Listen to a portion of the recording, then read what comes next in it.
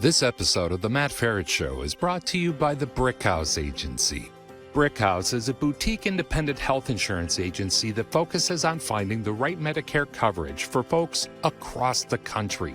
Matt's wife, Nikki, is the heart behind Brickhouse. She's great at making confusing things clear and is passionate about helping people find a Medicare insurance policy that suits their individual needs. To schedule a free one-on-one appointment with Nikki or a member of her team, head on over to brickhouseagency.com or simply call 844-844-6565 and someone will help you schedule a phone call or a Zoom meeting. The consultation is free because the insurance companies pay Brickhouse, not you. There's never any pressure or obligation to enroll. Your clearer, simpler Medicare journey is just a call or click away. brickhouseagency.com. Not affiliated with or endorsed by the government or federal Medicare program. Contacting Brickhouse Agency, LLC will direct you to a licensed insurance agent.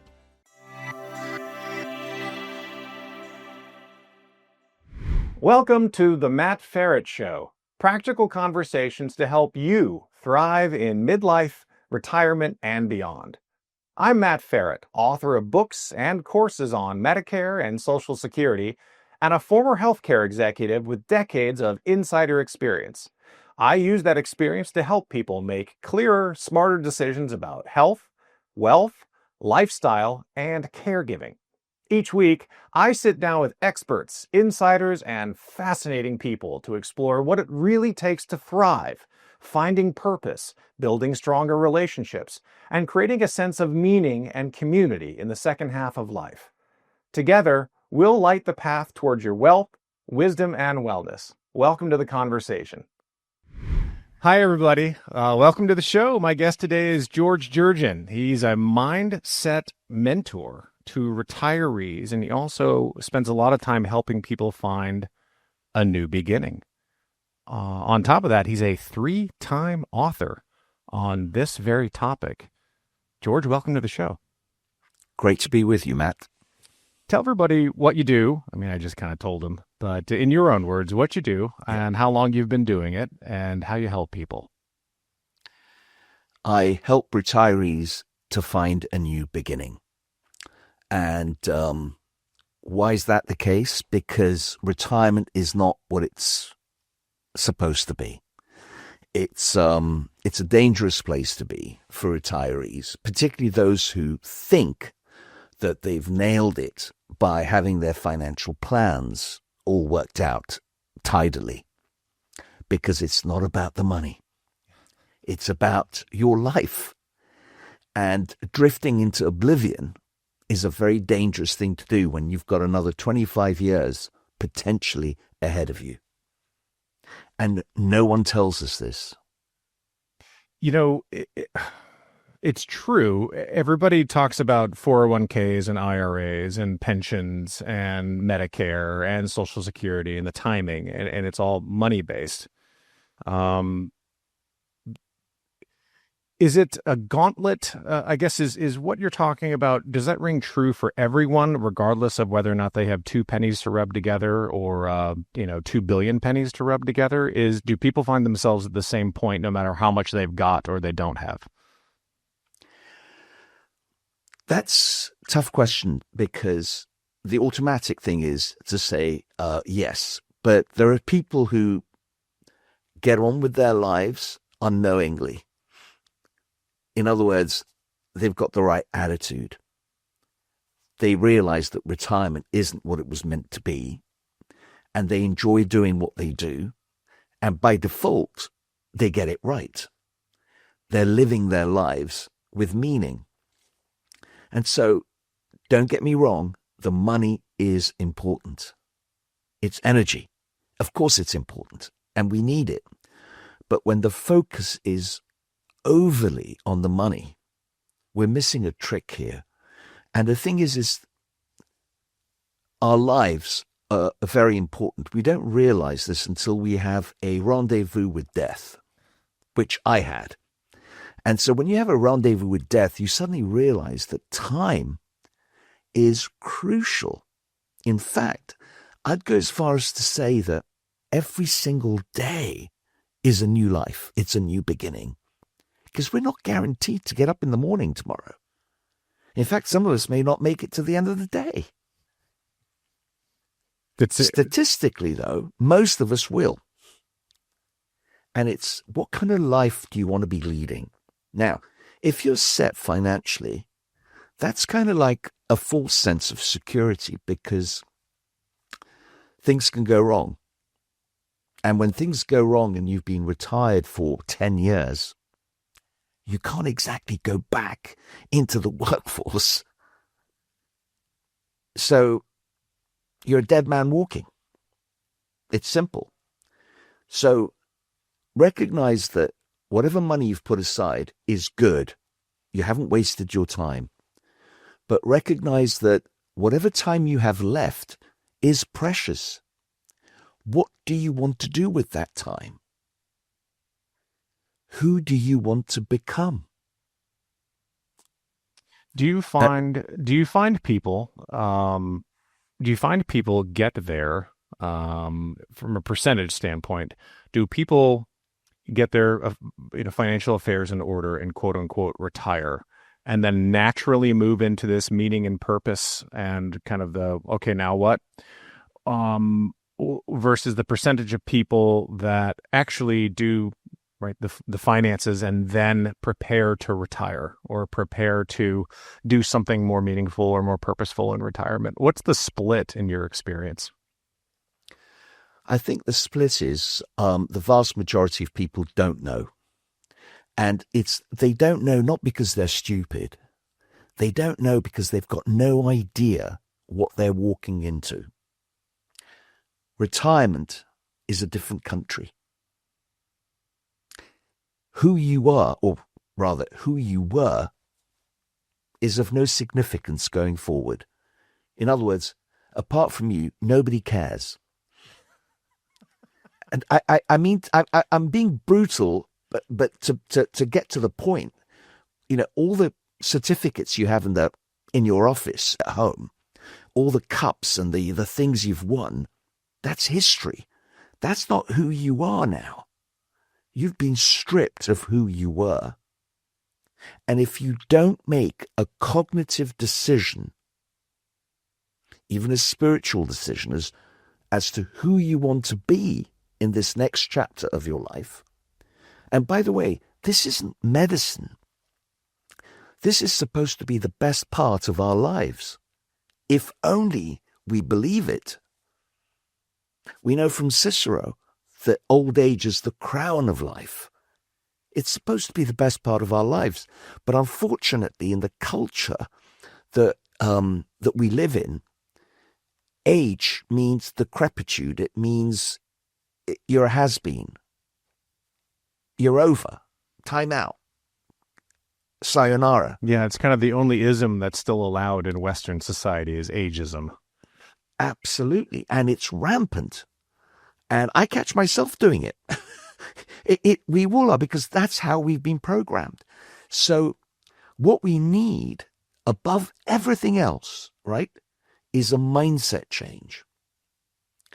And I mean, I'm going to quote Plato 2,500 years ago, right? I mean, the guy either got a download or he was a genius. He said, reality is created by the mind. We can change our reality by changing our mind. But I'll give you another quote. Henry Ford said, thinking is the hardest thing to do. That's why so few of us engage in it. All right? Yep, we've got Henry Ford, Cicero, and Plato. This is a who's who. It is. I mean, these guys were telling us about what we're facing now. And yet we're too comfortable and complacent. And we think we can ride this through. I mean, our ego, do you know who I am? Do you know what I have achieved? Nobody cares. Really, nobody cares. And what we don't realize is that our identity is compromised. There are studies done in this. There was Harvard professor Teresa Amabile, who talked about identity bridging. What she meant by that was when you meet people, retired people at, say, a drinks party or whatever, they'll tell you they're a retired lawyer or a retired CEO. Right. Right? And maybe even a retired janitor. I don't know. Because they're still But identifying with their prior title and or accomplishments. Yeah, because they know they're nobodies now. So they're bridging to what they used to be. So internally, you can see they're identifying with this emptiness in their life. And we humans were not meant to be empty.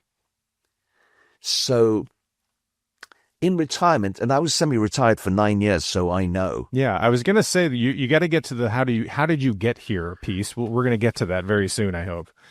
Yeah, well, we could go anywhere with this talk. Yeah, no, but how did you get to the place? You mentioned it briefly in the beginning. Yeah. You had a brush with death. I did. I did. Tell me the story. Okay. First of all, I knew nothing about retirement. At age 52, I was diagnosed with a bone tumor.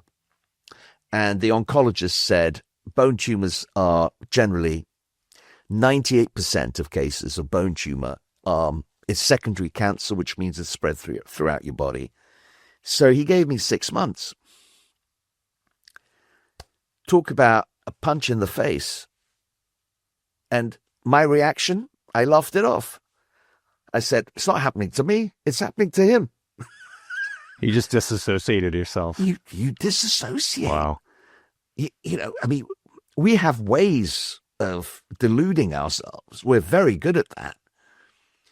And so for like 3.5 weeks or so, while I was undergoing tests, I had this sort of Damocles on my head.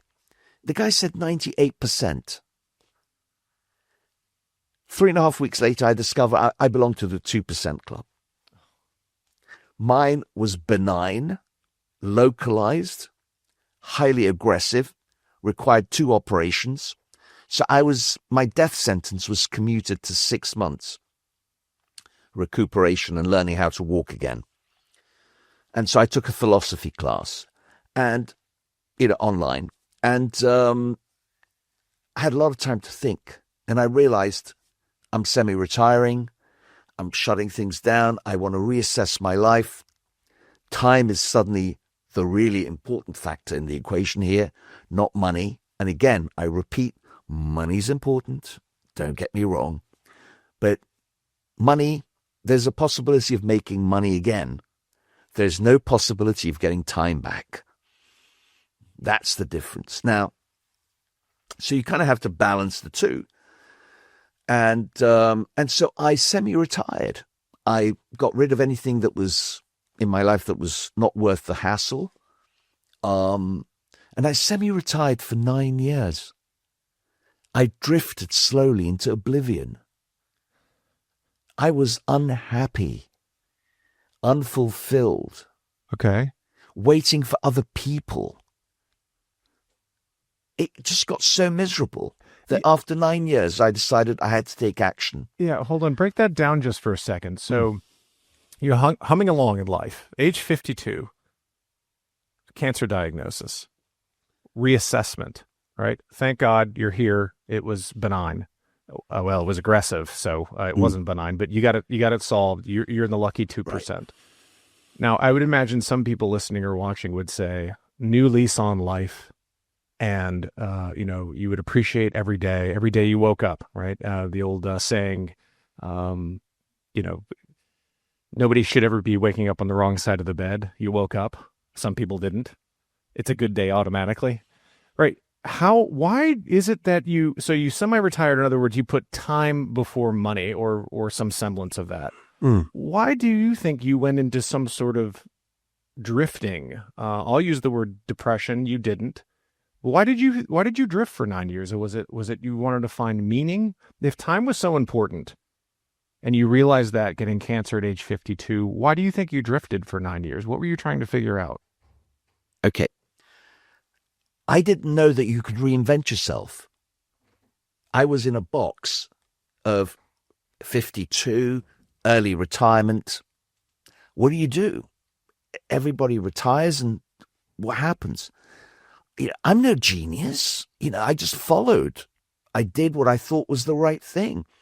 It's only when my pain of irrelevance, pain of being unfulfilled, having no joy in my life, having no reason to jump out of bed, although paradoxically, I knew that every day I was living on bonus time.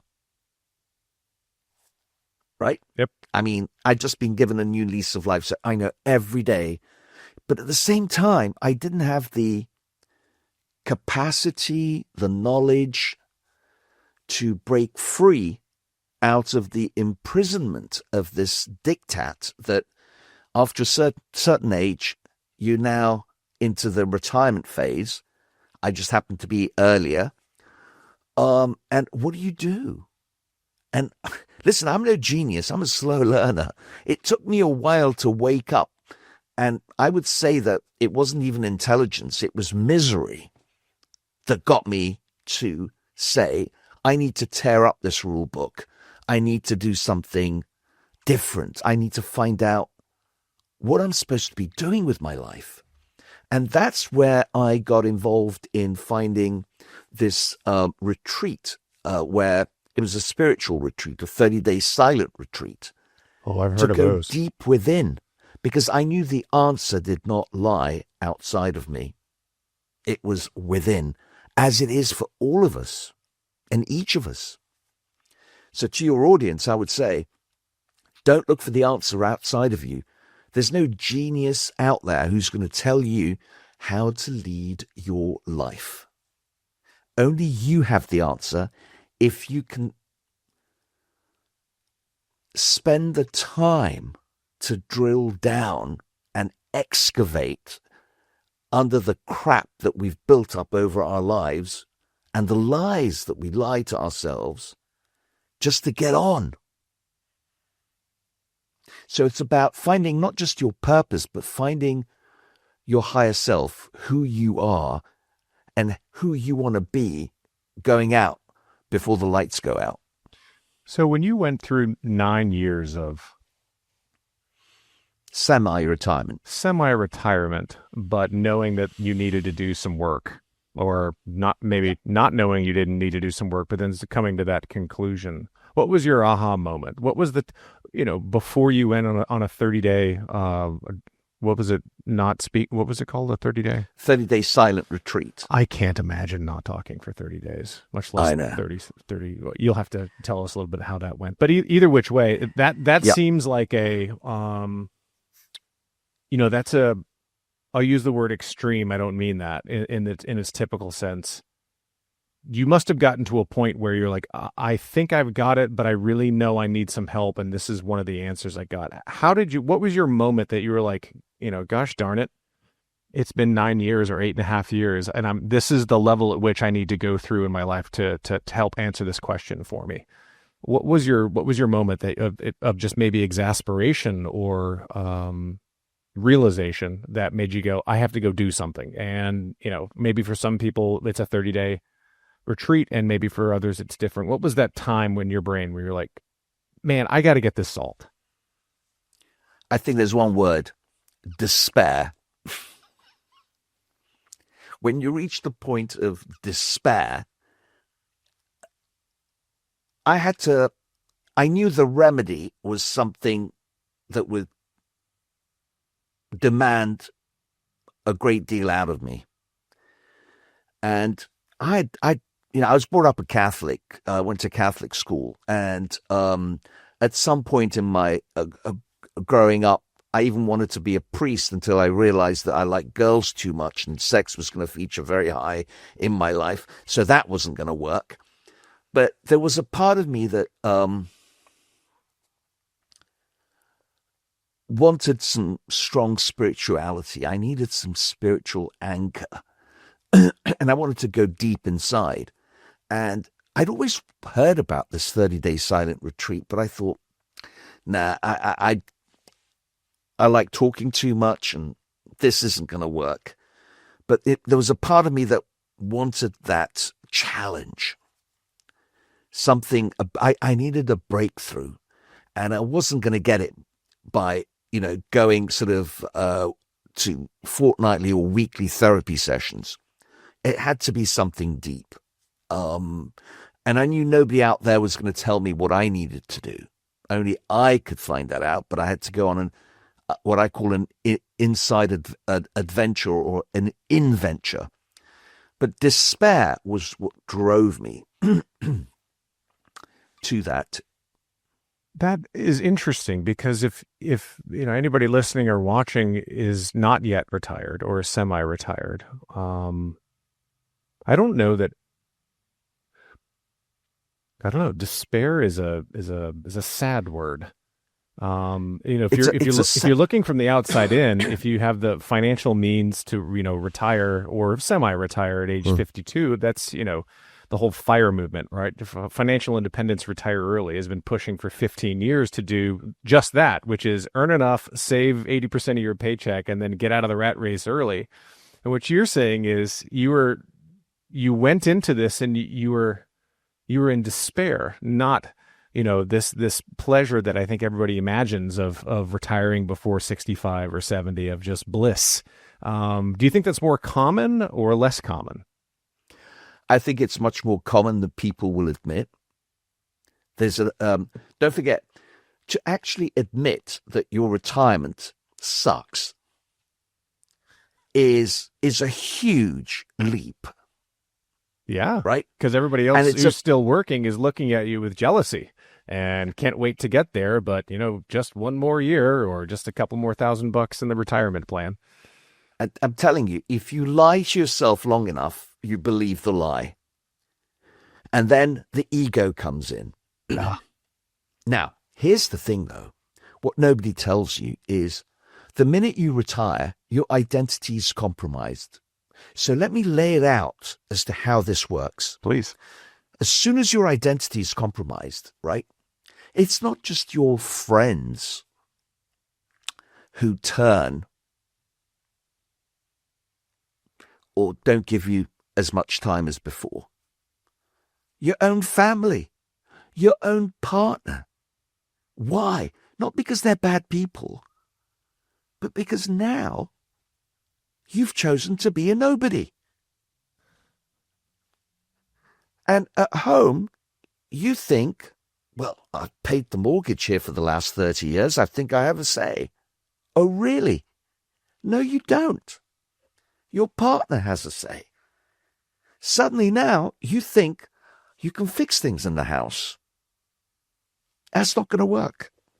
Trust me, it's not going to work. Why is that? Is it because not only do you self-identify with your work, right? Your job, your title, your paycheck, the business that you started, but you're saying your friends and your partners do too. And so when that changes, they look at you through a different lens? Yes, but it's not just that. It's that you're now a nobody walking around and interfering in other people's lives. I mean, let's be honest. I understand it. Listen, if you're not busy doing something creative, if you're not busy in being socially and mentally engaged, you're drifting into oblivion. Literally, your mind starts to disengage. You don't have anything interesting to contribute to friends. And in your own family, you're getting in the way. You're spending too much time. Before it was like they'd see you for a couple of hours a day, maybe, the weekend. Now they see you 24/7. Shoot me. That's the ugly reality of retirement. So it's not about blame. It's about everybody needs to be doing something that's worthwhile, that's meaningful. And in a sense, life is challenging retirees to say, who am I going to be now? So it's about a new identity. And of what service can I be?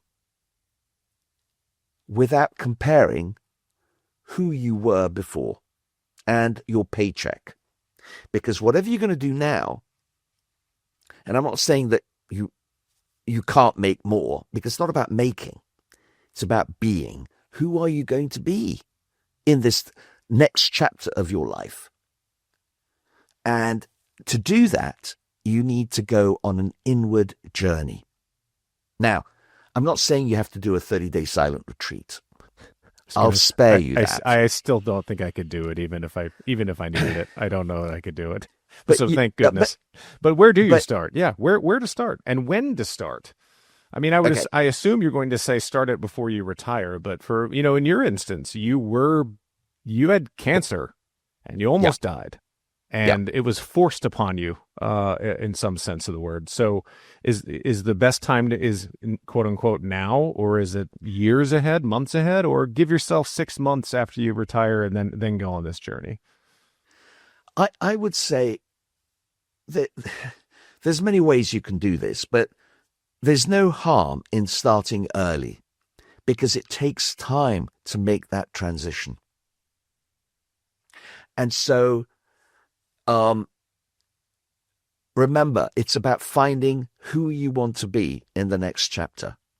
So this isn't something, some people are very fortunate and they find it very quickly. For others, they need to do some work, as I did, to find out who I wanted to be, and what I wanted to do. And I really love what I do, and I never thought that teaching would be one of my, I'm a marketing guy. I was in commercial real estate. I did all sorts of things. I funded litigation. I mean, I did a lot of stuff, but teaching, although this is where I think I've come into my own. I love doing this stuff. I love learning and I love teaching. I'm fully engaged mentally and socially. And I'm helping people. It seems like, and helping people obviously is what I love too, and I know that. But it seems that, I don't know, this seems hard to me. I guess maybe I'm personalizing it, but it's my show, so I can do it. That would be hard for me, right? The easy part for me would be to talk about the money, right? Do I have the appropriate mix of stocks and bonds in my retirement accounts, right? Is my car over 100,000 miles? I mean, it's those things that for me are easy. I think the hard piece is going to be when that day comes, or even starting before that day comes, is doing that self-discovery, that introspection. So for a guy like me, how do you coach people to become comfortable with even broaching that topic? Because it's scary. It is scary. But listen, I'll tell you what's scarier. Having to address this on your deathbed, because it's kind of too late then. Right? So you have a choice. You can just drift into oblivion and have to face that question on your deathbed. Like, oh shit, I didn't live the life I wanted to live. Sorry, time's up. Brad Pitt's outside. He's taking you away. Yeah, that's not something I would want to do. No, nobody does. And so, in a sense, while you're still in a strong position, recognize that you need to be investing in yourself, because that's what this is, right? And I have a very easy process, which I have, if you like, put together, not just from my experience, but also from learning how other people have done it in the past. And it's called the DARE method. And the DARE method, if I can segue into this, because I know you wanted to talk about this. I do. Well, conceptually, DARE is another word for courage. And courage comes from the Latin cor, meaning heart. Now, why is this important? Because we need courage to unretire and find a new beginning. It's so much easier to be complacent and just go with the flow and let it end where it's going to end. But with 25 years to go, you need to rethink this equation. And so dare is to have courage, But there has another aspect, is that courage is not an intellectual faculty. It's an emotional faculty. It's a heart decision. Something we're not used to in our culture. Everything's got to be logical. Mm-hmm. But even Einstein said, right, the intuitive mind is the master, and the rational mind is its servant. But we live in a society that worships the rational mind and ignores the intuitive. And so what I'm saying is the answer lies within each of us in our own hearts. And that's the journey we need to go in. Now, it's a very short distance between the intellectual mind and the emotional mind. It's less than 8 inches, but it's like 8,000 miles, let me tell you. Right? Yep. Because it's a very circuitous route. We have minefields that stop us going to places we don't want to go. So one of the questions I ask people, and I'm digressing here a little bit, is, what are you most afraid of? Because for a lot of people, the answer they want is right behind that. And what kind And of that answers do takes you normally courage. get? What kind of answers do you normally get? Failure? No, it's Running out of something money? that, Yeah, what do you get? when they were younger, they wanted to do something, and the whole idea was demolished in their heads for them by the people who care for you most. You got to make a living, kid. I got All right? Yeah. I want, So that's one but I want aspect. to sing. Yes. You will starve, boy. Okay. You know that. You know what I'm talking I about. do, yeah. So you need to revisit that. And for that, there are exercises I have that do an audit on your life, Okay.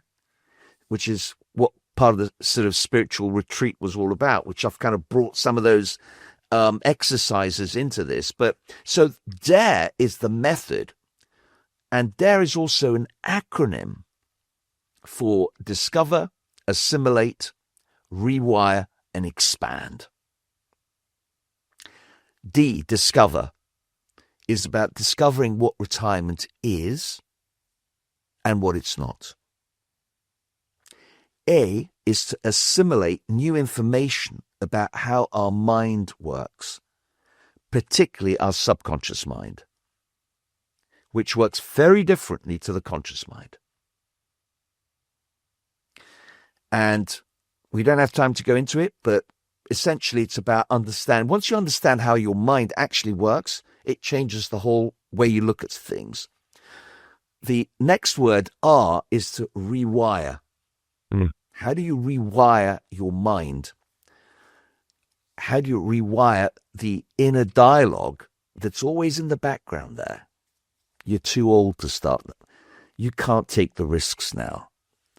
You don't have enough.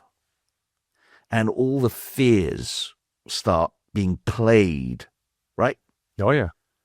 Well, you need to change that inner dialogue because it's not real. It's programmed. And we're making decisions based on that programming. That's what Henry Ford meant by thinking is the hardest thing to do. That's why so few people engage in it. We don't want to go there. And actually, it's emotions. It's not even the mind. The thoughts, the fear thoughts, are just emotions being played. And so you have to record over it like a tape recorder. Back in the day, if you remember, Mm-hmm. you could record over it, right? That's essentially what you're doing with the rewiring. And lastly, expand. Expand because it's counterintuitive. In retirement, we don't expand. We shrink. We shrink everything. Costs, our homes, our assets. Cut. Our sandbox gets smaller and smaller. And then we wonder why we're drifting into oblivion. Mm. It's counterintuitive. We need to expand. How do you expand? One of the ways, very powerful neuroscientific ways, is gratitude. When you're grateful for what you already have, it allows you to open up to bringing in bigger things and new things into your life, richer things. And by richer, I don't mean necessarily monetarily. I'm talking about richer things in terms of the service you provide, the fulfillment you get, the friendships you create. There's so many things that play into this.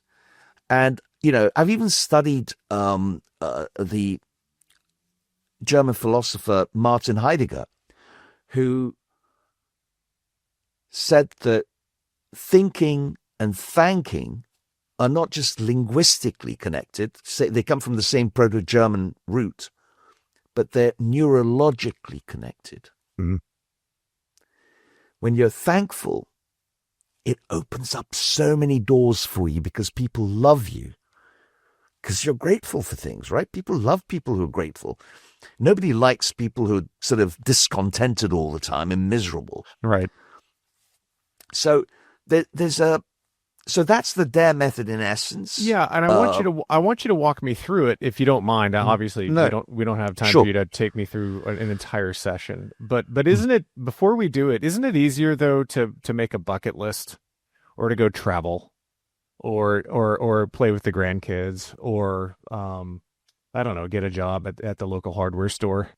Okay. And I'm setting this up because those are all they're distractions, right? They're not really answering the essence. And I have to imagine, the fulfillment piece and the meaning piece. You can do all these things, but it's not going to get to anything past, well, I guess I'll go to the hardware store today. And I suspect you're going to tell me it's going to be the same journey. But that's what most people read and hear and see, right? Well, again, as I said, it's because we're in that box of self-imprisonment. We're in the prison of our own minds, and we don't even recognize or realize it. So, to address your point, grandkids, lovely. Why can't you do both? Seriously, that's number one. Number two, travel, absolutely important. And travel with an intention. And that brings me to my book, Odyssey of an Elder, Around the World in 80 Days, which is what I did, not just to inspire myself, but to walk my talk. And that's one of the things I advise retirees is, once they do my exercises, is, go away to a new place, a place of your choice. You don't have to do what I did. You've got your own dreams. That's what you need to be doing. Go to a country or a place that you've always wanted to go and explore. And you will see things about yourself and about your own life from a different perspective. And that changes how you see things and how you think. So coming back to your point, travel, really important. Grandkids and family, hugely important. But you can still do both. Now, the hardware store, that's the one I love. So let me address that. Most people, when they retire, they kind of look for work in the same kind of area or near enough to what they used to do. Nobody wants you back there. Nobody wants you back there. Nobody wants you anymore. But wait, no. You don't want to go back there. Yeah, you just retired, but right? You're forcing yourself to go back because that's the least painful way to go. But let me tell you, you are choosing the hardest road. So that's if you go back to the kind of places you used to work in. But if you go to the hardware store, shoot me right now. Let me tell you, working at jobs that you hate is going to kill you from the inside. Choose something you love to do, even if you don't get paid a lot. Because believe me, doing something you love to do changes the whole dynamics. First of all, you come back home, you got a smile on your face. Do you think your partner and your kids are not going to notice that? But that takes courage. So forget the hardware store. Forget about trying to get back into the kind of work that you used to do. You're a new person now, new identity, new future. Carve it out. Dream it and you can bring it into existence. So let's do that really well. Again, not quickly because we want to give it as much time as we need, but just briefly, let's go through each one of the DARE. Can we do that just briefly, just for a preview? And I know you have all sorts of resources that we should talk about. Would you like to talk about them right now, and then we can do a quick DARE? Okay. How do you want me to split this? Let me explain. I have a 1 hour free module with 3 exercises available on my website. So the DARE is explained fully in there. Okay. And you get 3 exercises to help you, if you like, get a taster of what's ahead. Apart from that, what would you like me to do now for your audience in terms of the DARE? How about a little? I don't know. This is okay. I know you can't condense an hour into 10 minutes or 5 minutes, but just give maybe a preview. Use me as your subject. How about that? I am your willing subject. Okay. Right. Take me through just a quick preview of the DARE. Okay. The DARE method is broken into 8 modules, 2 for each of those letters. So in the first one, discover what retirement is and what it's not. I give you a history of retirement. Oh.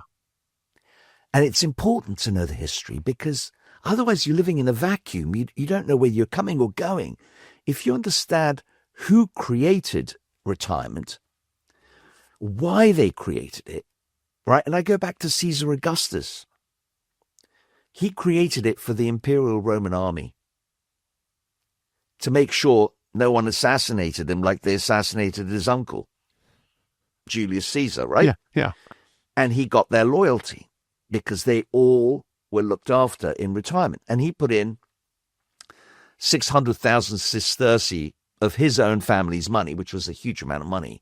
And it grew into an incredible fund, so much so that within the lives of 2 Caesars, the Roman Senate was kept on taking money out. Not dissimilar to how the US government has over the past 3 decades or 5 decades taken money out of the social security system. Mm-hmm. Same thing. There's nothing new under the sun.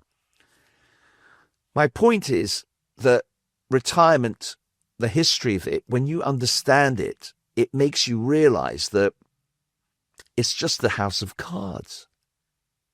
The money is great, it's important, but don't put too much reliance on it. Things can go south. You've seen valuations on your pension funds can go up and down. And what with the economic situation now, and I'm not going to get political, things can go south pretty quickly. So money's important, but it's not your life. And it's understanding that mindset, putting things in, recalibrating. That's why I talk about the history.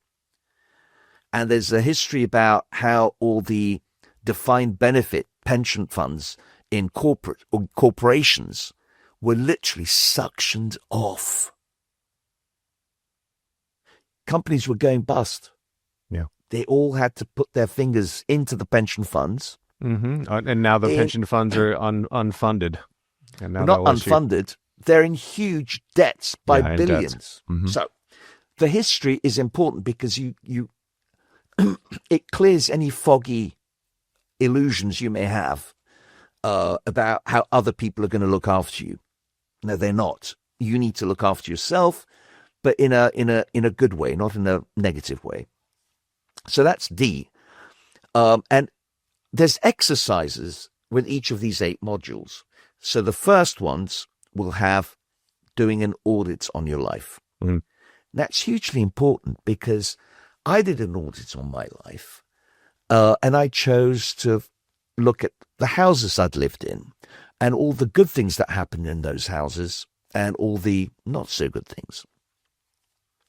And when I was in that retreat, that silent retreat, I had time to evaluate because I was completely cut off from the world.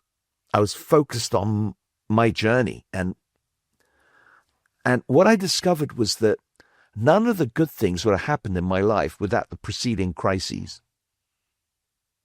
And so I wrote a book, Spirit of Gratitude.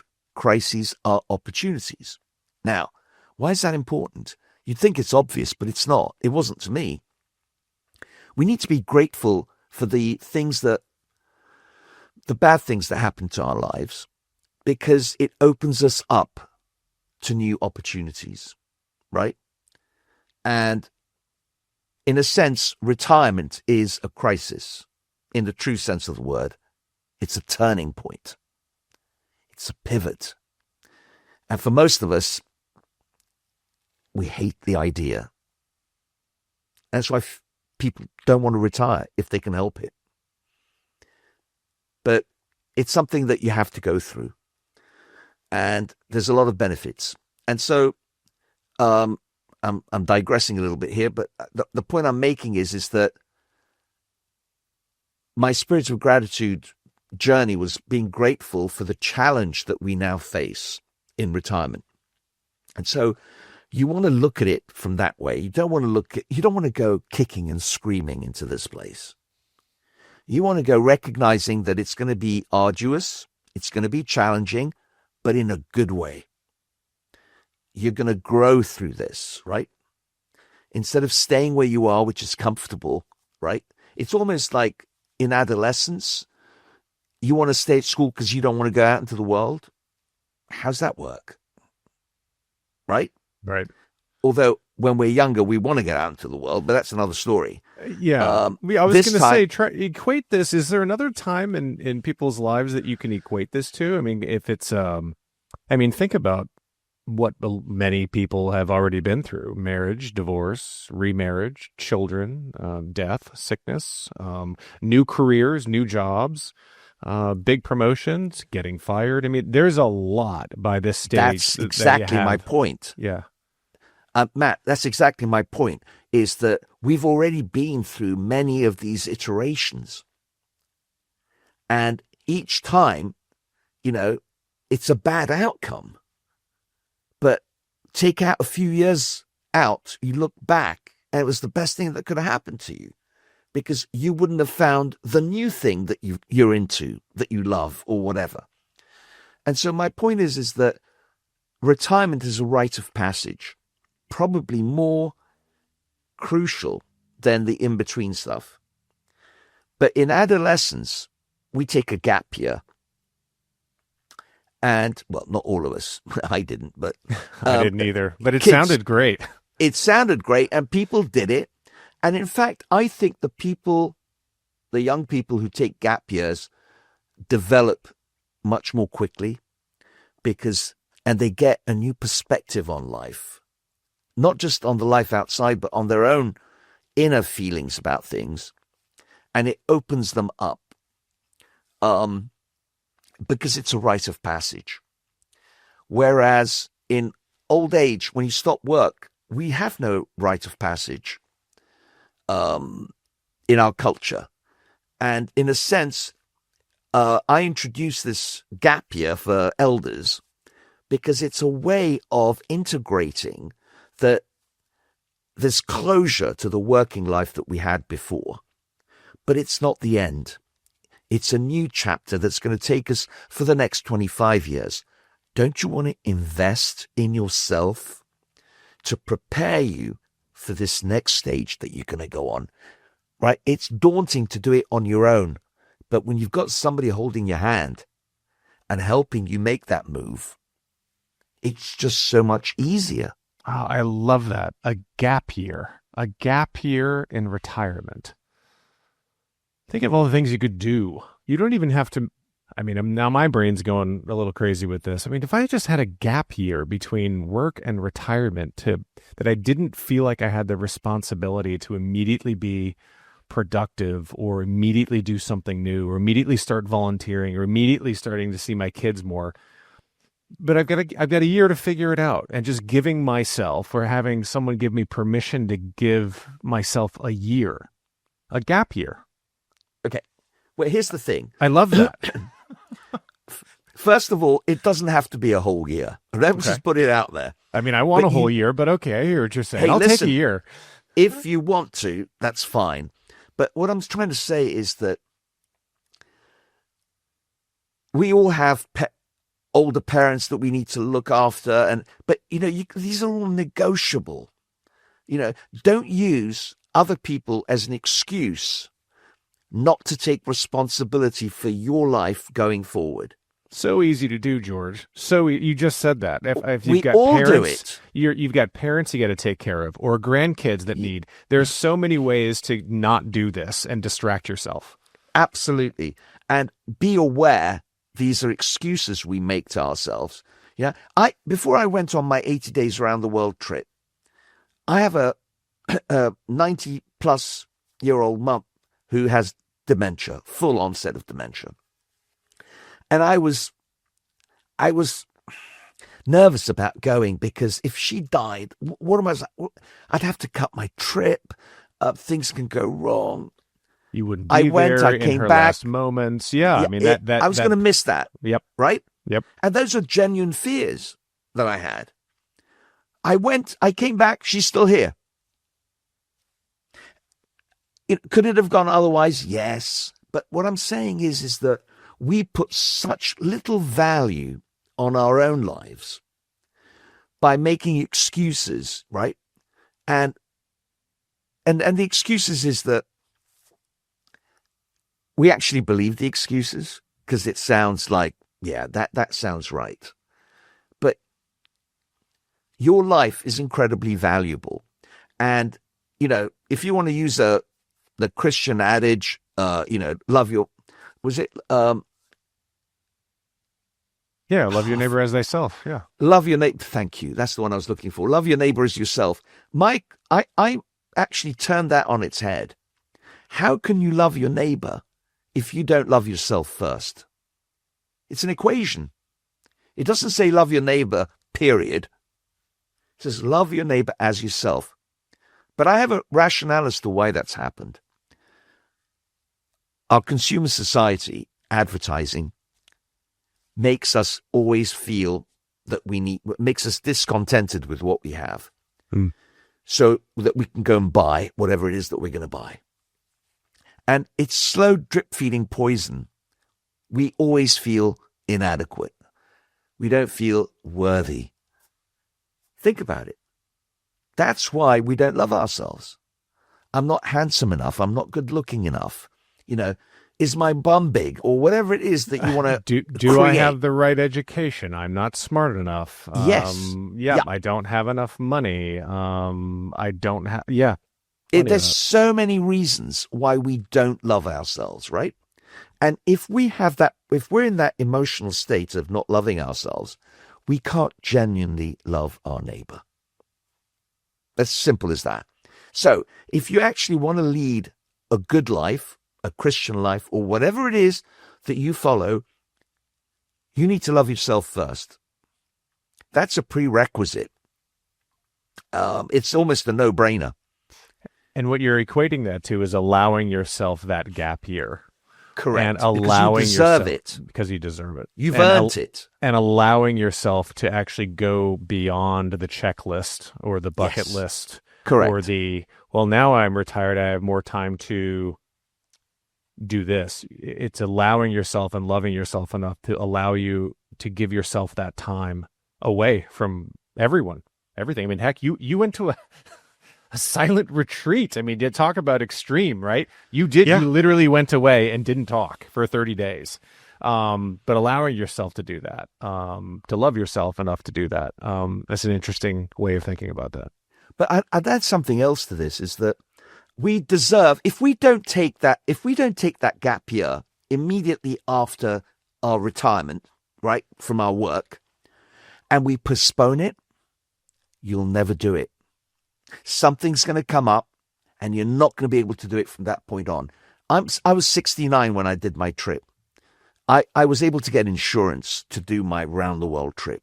If I waited one more year at 70, I would not have been insurable to do a round the world trip. I could have gone for one destination, come back and go out again, but not around the world because the chances of me falling, breaking something, being shipped back, So what I'm saying is, don't think you have all the time in the world to do the things that you really want to do. This is the time to do it, and it's perfectly timed because it's going to give you the answers to everything you want to be thinking about and doing for the next 25 years or whatever time you have left on this planet. It's a really important point that I think a lot of people miss, which is there are ages and stages for activities that will sunset. I have a friend who has done a wonderful job of living life, moved where he wanted to moved to where he wanted to live, and then just found a job. I mean, the guy was incredibly, multiple degrees, incredibly talented. And what he did was he said, I want to live here and I'll just find a job. And he's gone on some amazing trips and taken his children on some amazing trips. And at one point he emailed me, we talk back and forth every few months via email, and he goes, you can work in a wheelchair. I guess you can go sit at Walmart or sit at that hardware store in a wheelchair and make money, but you're going to age out of things. You're not going to be able to hike the Appalachian Trail when you're 70.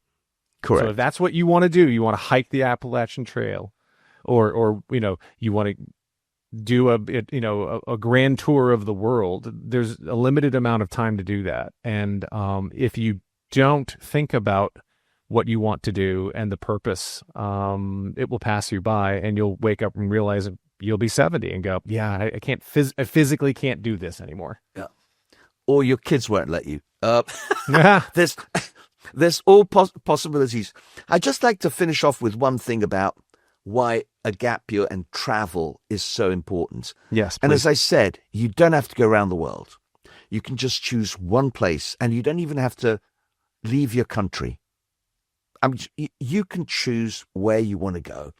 And the quote I have is from Paulo Coelho, who wrote The Alchemist. I don't know if you remember. I do remember the title, not the author's The Alchemist. It's about a guy who goes on the journey. He comes back. He's transformed, and he sees his own hometown changed in his own perspective. And Paulo Coelho has this beautiful quote which actually summarizes my journey. And he says, and I quote, maybe the journey is not about becoming anything. Maybe it's about unbecoming everything that isn't really you, so that you can become who you were meant to be in the first place.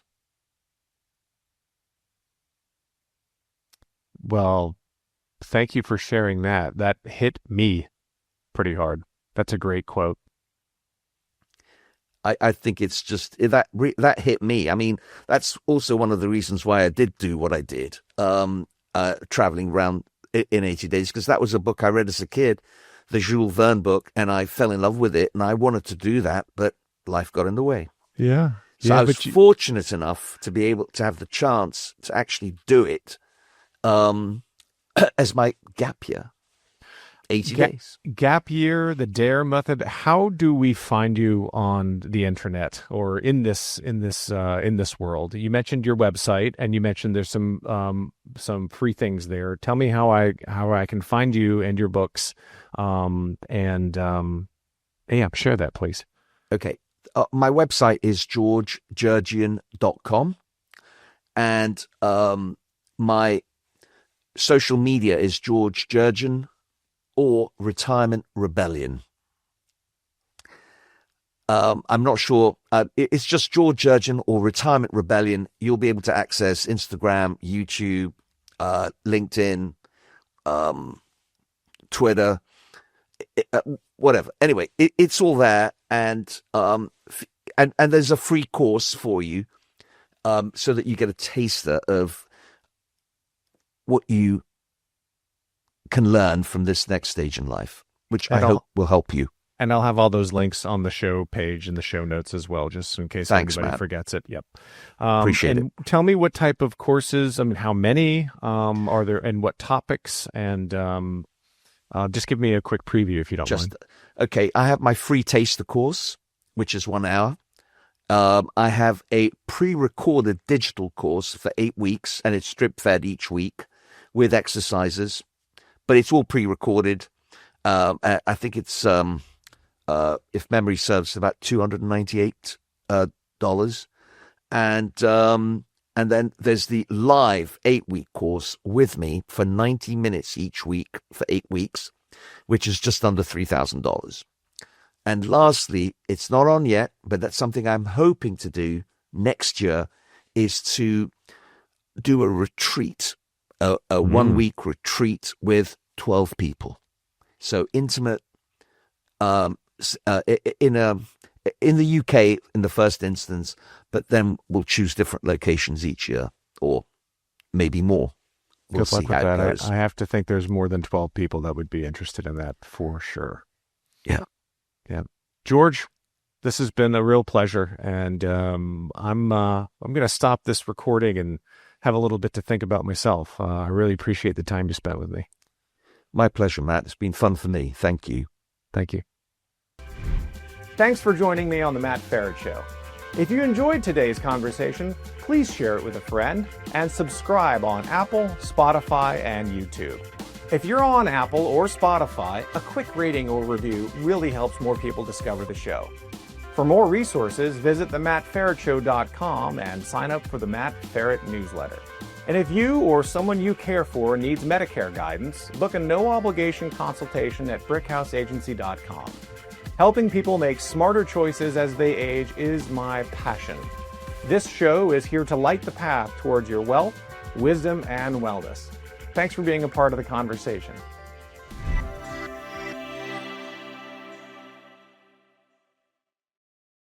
The Matt Ferret Show, related content, publications, and MF Media LLC is in no way associated, endorsed, or authorized by any governmental agency, including the Social Security Administration, the Department of Health and Human Services, or the Centers for Medicare and Medicaid Services.